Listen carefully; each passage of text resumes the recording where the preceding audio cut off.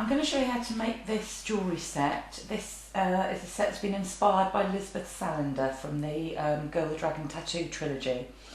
Originally we'd made it in the black as that seems more appropriate for her, but today I'm actually going to show you how to do it in different colours because I think it's going to show up a bit better on film. So I shall just move these out of the way for now.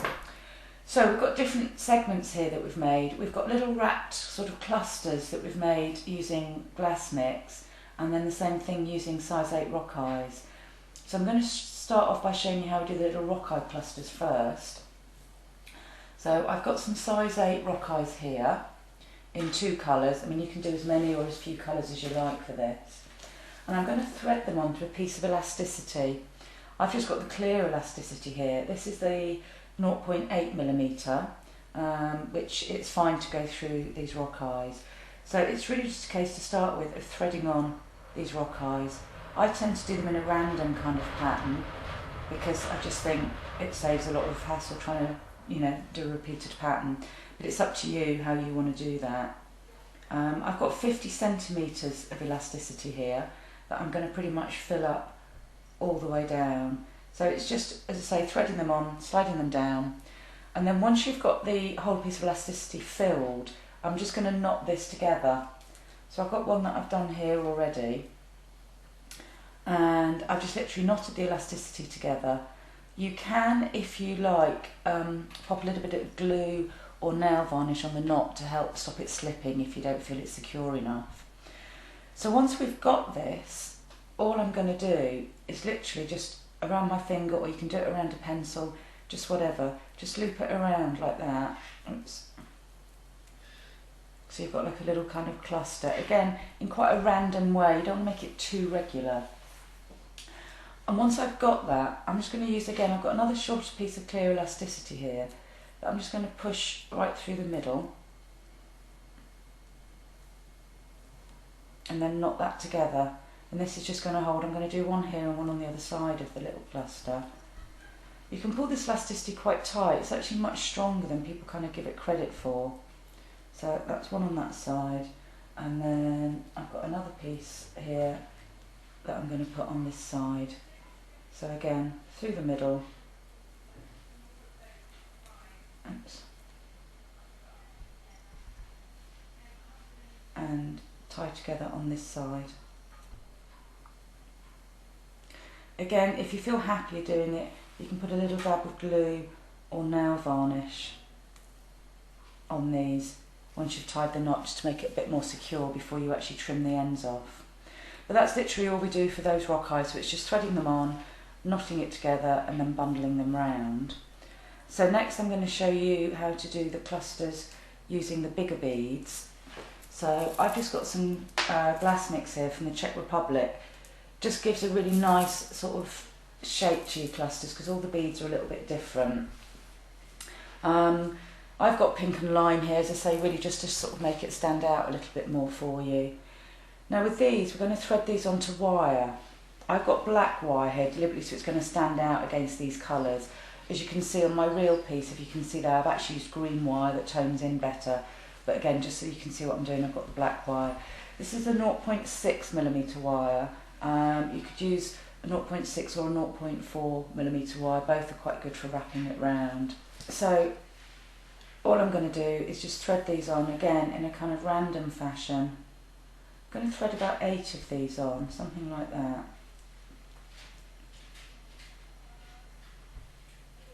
I mean, you can use any kind of beads for these, it doesn't have to be the glass beads. You can use up, any kind of leftover mixers or whatever you've got at home.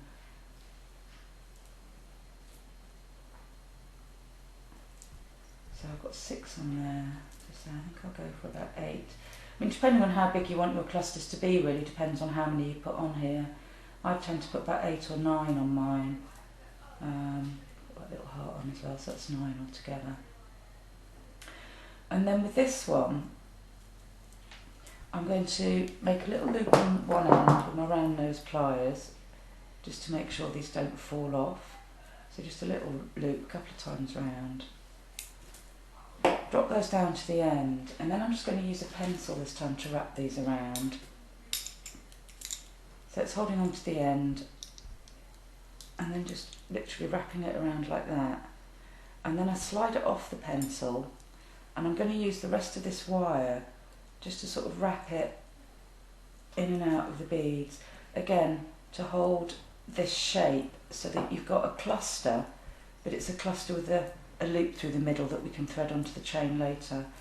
And it is just really quite random. I'm not going for a particularly neat look. Make sure, like here, this end's a bit loose, just make sure you catch those in so you haven't got any loose bits that are going to stick out on the finished item. And then once you feel you've got enough wire holding all that together, just trim off the end, and you can just poke in any of the ends somewhere, just squash them in.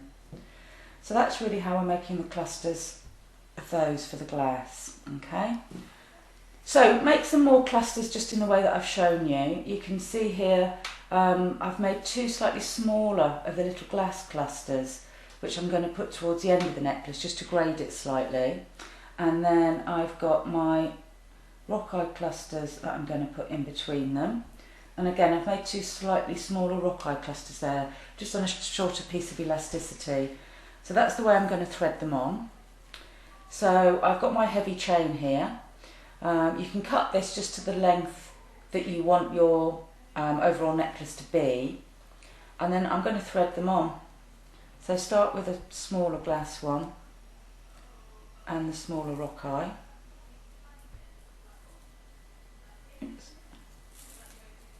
Now this is a heavier chain that I'm using here. You can use again a thinner chain if you prefer.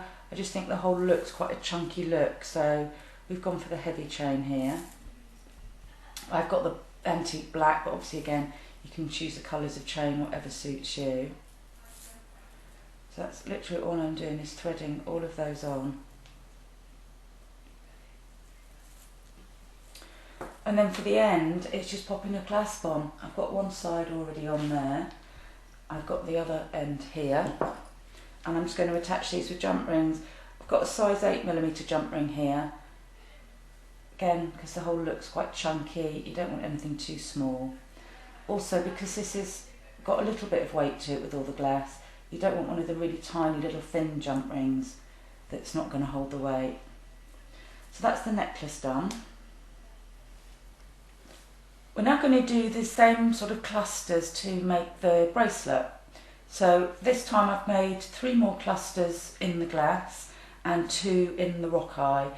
Now, I mean, everybody's wrists vary greatly from size to size, so you know, it may be you want more or less, or you want to have a bit more spacing in between them. But for now I'm going to do it with a 5. I've got 8mm jump rings here, so I'm going to open these up as ever, hold them in the pliers and just twist them away to open them. And you just need to find a piece of wire that you can just hook this through. So I've hooked that through like that, and I'm going to close that one. Oops. And then I'm going to pop a jump ring on my rock eye cluster. Again, find somewhere on the edge just to hook it into and close up that jump ring. And now they've got a jump ring on each, I'm going to join them together with another jump ring. So again, it's size 8, twist it to open, and then hook both of those two together and close it up. And the important thing to remember with these jump rings is they've got to go back touching each other so that they're secure, because any gaps in it is where things will start coming apart. So twist it, find a piece of there.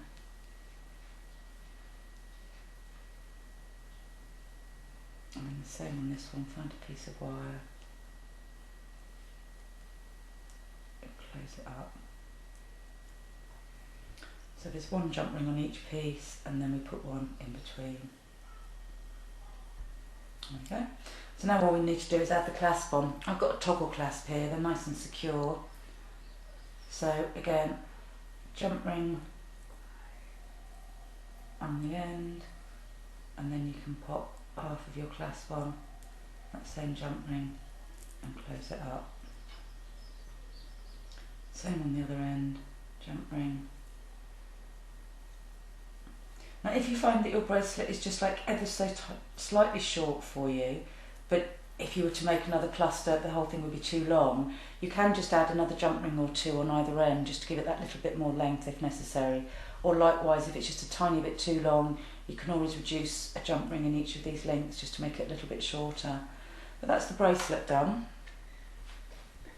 I'm going to make the earrings now to go with them. So we're doing the wire and bead clusters again, but slightly different with these. With all the others, we've made the clusters so there's actually like a sort of a hole through them, if you like, so we could thread them. Obviously for the earrings, we're going to hang them from the ear wire, so we don't actually want that hole through them. But the same idea, I've got again my black wire, and I'm going to thread on a random selection of my pink and green beads. Now for this one, because you want the earrings obviously to look sort of similar, it might be that you want to actually pick out two collection of glass beads that are similar. I know with these mixes you can't always get exactly the same beads, but if you look at these ones, I've got similar ones. I've used a large one at the top, I've got a flat one here, so there's a similar look to them. So again, I'm going to make a loop on the end just to stop my beads falling off, and then slide them down to the end, and then I'm just going to sort of wrap them around themselves this time rather than round the pencil, just in a kind of random way. So I mean, mine have just come together like that. Keep wrapping this wire around it. I want it to be nice and secure.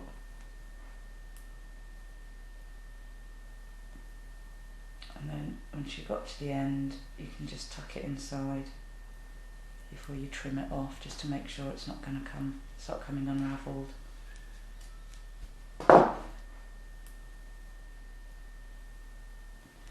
And then really all we need to do is add the ear wire. Now you can either add the ear wire directly onto them, or we can add a jump ring, just depending on how your wire is sitting really. So for this one I'm going to add a jump ring. So again, twist it to open it. Put this through the top here, and also onto your ear wire. I've got long ball wires here. Again, you can use different types of ear wires if you prefer. Make sure that's closed up nice and tightly, and that's your earring. So you just need to make the other one the same.